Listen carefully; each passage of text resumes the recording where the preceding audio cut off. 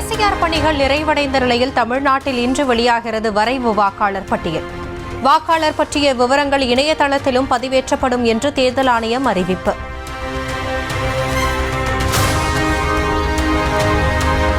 வரைவு வாக்காளர் பட்டியலில் பெயர் இல்லாதவர்கள் இன்று முதல் படிவம் 6 பூர்த்தி செய்து விண்ணப்பிக்க வசதி.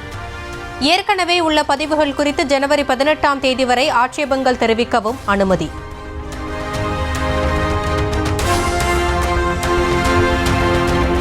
வரைவு வாக்காளர் பட்டியலில் இருந்து சுமார் 88 லட்சம் வாக்காளர்கள் நீக்கப்படக்கூடும் என்று எதிர்பார்ப்பு.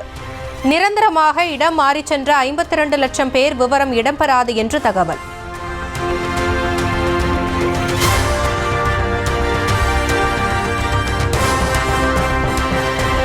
சட்டமன்ற தேர்தல் நெருங்குவதால் தொகுதி வாரியாக திமுக நிர்வாகிகளை அழைத்து கள நிலவரம் அறியும் முதலமைச்சர் மு க ஸ்டாலின். திருவண்ணாமலை மாவட்டம் கலசப்பாக்கம், ராணிப்பேட்டை மாவட்டம் சோளிங்கர் மற்றும் அரக்கோணம் தொகுதி நிர்வாகிகளுடன் ஒன்று-ஒன் ஆலோசனை. மறைந்த திமுக முன்னோடி பேராசிரியர் அன்பழகனின் 103வது பிறந்த நாளையொட்டி முதலமைச்சர் மு க ஸ்டாலின் மரியாதை. சென்னை கீழ்ப்பாக்கத்தில் உள்ள இல்லத்தில் படத்திற்கு மலர் தூவி வணக்கம் செலுத்தினார்.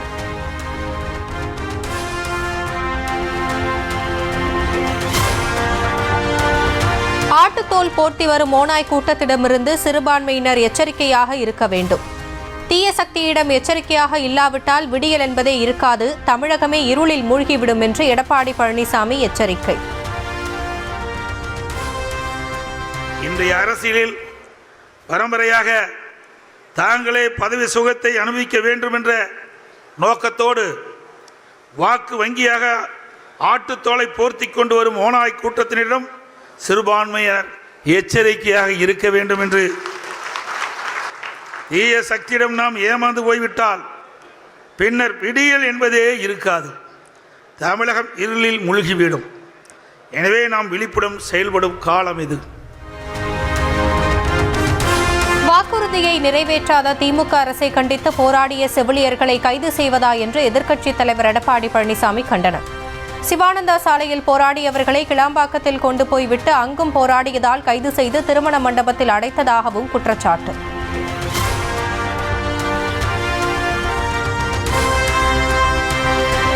மத்திய அரசு கொண்டு வந்த ஜி சட்டத்தை திரும்பப் பெற வலியுறுத்தி திமுக கூட்டணி கட்சிகள் போராட்டம் அறிவிப்பு. தலைநகர் சென்னையிலும் மாநிலத்தில் உள்ள அனைத்து ஒன்றியங்களிலும் வருகிற புதன்கிழமை காலை 10 மணிக்கு போராட்டம்.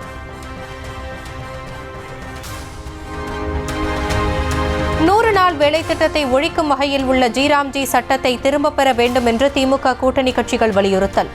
100 நாள் வேலை திட்ட பயனாளிகளை திரட்டி பாஜக அரசுக்கு அதிமுக ஒத்து ஊதுவதாக கூறி முழக்கங்களை எழுப்ப உள்ளதாக அறிவிப்பு.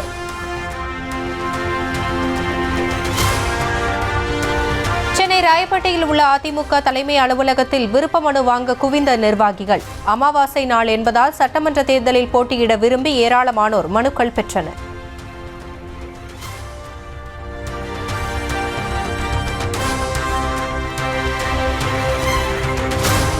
அரசியல் கட்சி கூட்டங்களுக்கான இறுதி வழிகாட்டு நெறிமுறைகள் தொடர்பான வழக்கு ஜனவரி 5ஆம் தேதிக்குள் அரசிதழில் வெளியிட வேண்டும் என்று உயர்நீதிமன்றம் உத்தரவு.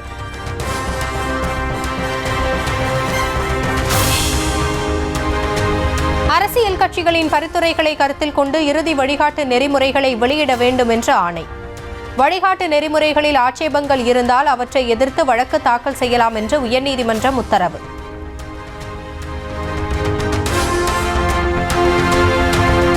புதிய நகராட்சி பேருந்து நிலையங்களுக்கு அந்த பகுதி வரலாற்றில் இடம்பெற்ற மன்னர்களின் பெயரை சூட்ட பாமக நிறுவனர் ராமதாஸ் வலியுறுத்தல். வட தமிழக மன்னர்களுக்கும் சுதந்திர போராட்ட வீரர்களுக்கும் தமிழக அரசு சிறப்பு செய்யாமல் இருப்பதும் அவர்களின் பெயர்களை மறைப்பதும் வேதனை அளிப்பதாகவும் அறிக்கை.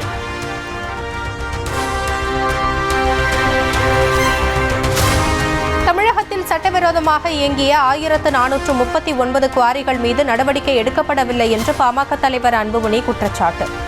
பல்லாயிரம் கோடி ரூபாய் கனிமவள கொள்ளைக்கு திமுக அரசு துணை போயிருப்பதாகவும் கனிமவள கொள்ளையர்களை பாதுகாப்பதாகவும் கண்டனம்.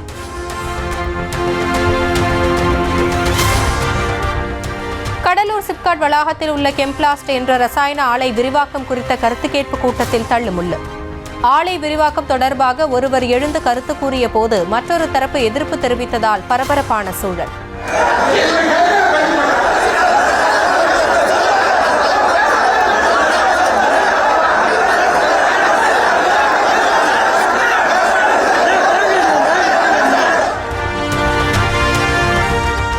ஜனவரி 6ஆம் தேதி முதல் ஸ்ட்ரைக் அறிவித்திருந்த அரசு ஊழியர்கள், ஆசிரியர் சங்க நிர்வாகிகளுக்கு அரசு தரப்பு அழைப்பு. வரும் 22ஆம் தேதி அமைச்சர்கள் ஏவா வேலு, தங்கம் தென்னரசு, அன்பில் மகேஷ் ஆகியோர் பேச்சுவார்த்தை. கோவை துடியலூரில் சிந்து சரஸ்வதி கருத்தரத்தில் ஆளுநர் ஆர்.என். ரவி பங்கேற்பதற்கு எதிர்ப்பு.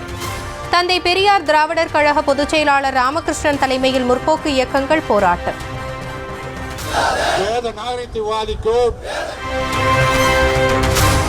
கோவை சரவணம்பட்டியில் போலி நகையை அடகு வைத்ததாக கூறி பெண்ணை அறையில் அடைத்து வைத்து அடித்து கொலை செய்த கொடூரம். 3 முறை அதே கடையில் போலி நகைகளை அடகு வைத்து மோசடி செய்ததாக கூறி தாக்கியதில் பெண் பலியானதால் நகைக்கடை உரிமையாளர் கைது.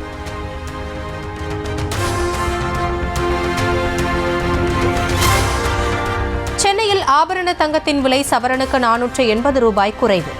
1 பவுன் 99,040 ரூபாய்க்கு விற்பனை.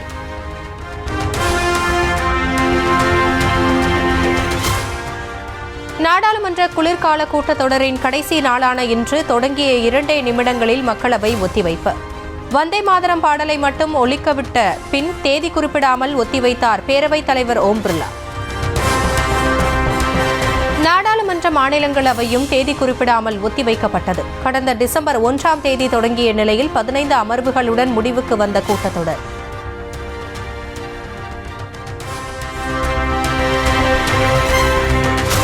கிராம பொருளாதாரத்தை பெரிதும் முன்னேற்றமடைய செய்த ஊரக வேலை திட்டத்தை மோடி அரசு திட்டமிட்டு அழித்துள்ளதாக ராகுல் காந்தி குற்றச்சாட்டு. பட்டியலின, பழங்குடியின, பிற்படுத்தப்பட்ட ஏழைகளுக்கு 20 ஆண்டுகளாக உதவி வந்த திட்டம் குறுகிய எண்ணம் கொண்டோரால் ஒரே நாளில் சூறையாடப்பட்டதாகவும் பதிவு.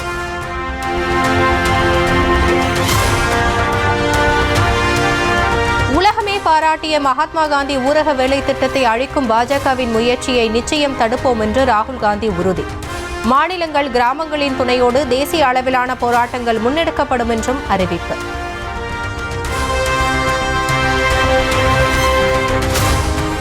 மகாத்மா காந்தி பெயரிலான ஊரக வேலை திட்டத்தின் பெயரை ஜிராம்ஜி என்று மாற்றியதற்கு எதிர்ப்பு.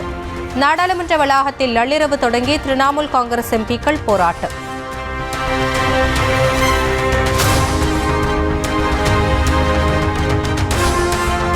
மத்திய பிரதேசத்தில் அரசு மருத்துவமனையில் சிகிச்சை பெற்று வந்த 6 பிஞ்சு குழந்தைகளுக்கு எய்ட்ஸ் நோய் பாதிப்பு. அஜாக்கிரதையாக HIV தொற்று பாதித்த ரத்தத்தை மாற்றி ஏற்றியதில் அரங்கேறிய கொடுமை.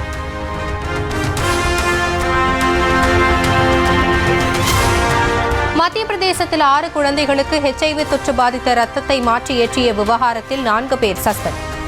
மருத்துவர், இரத்த வங்கியின் பொறுப்பாளர் மற்றும் ஆய்வக பணியாளர்கள் 2 வரை பணியிடை நீக்கி உத்தரவு.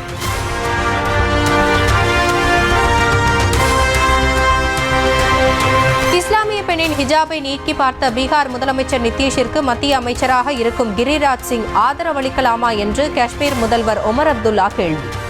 இந்த பெண்ணின் முக்காடை இஸ்லாமியர் யாராவது நீக்கி அத்துமீறி இருந்தால் இந்நேரம் எப்படியெல்லாம் கொதித்தெழுந்திருப்பீர்கள் எனவும் வினா.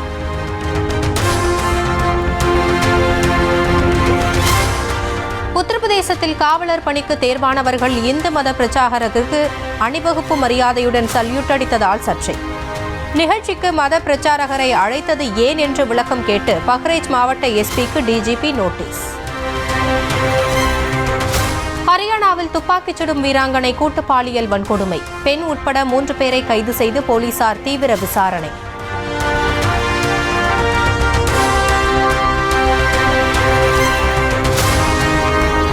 உத்தரப்பிரதேசத்தில் யூடியூபர் வீட்டிலிருந்து லாம்போகினி, BMW உள்ளிட்ட சொகுசு கார்களை பறிமுதல் செய்தது அமலாக்கத்துறை. சூதாட்ட கும்பல் மூலம் பணம் சம்பாதித்தது தொடர்பான வழக்கில் அதிரடி. இந்தியா தென்னாப்பிரிக்கா அணிகளுக்கிடையே இன்று கடைசி T20 கிரிக்கெட் போட்டி. இந்திய அணி தொடரை வெல்லுமா என்று எதிர்பார்ப்பு.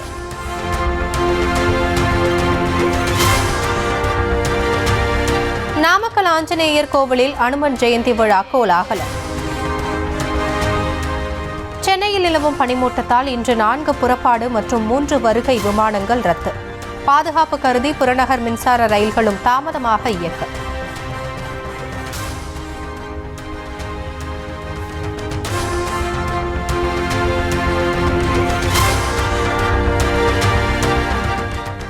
உதகையில் 2 நாட்களாக குறைந்து மீண்டும் தொடங்கிய உறைபனி பொழிவு.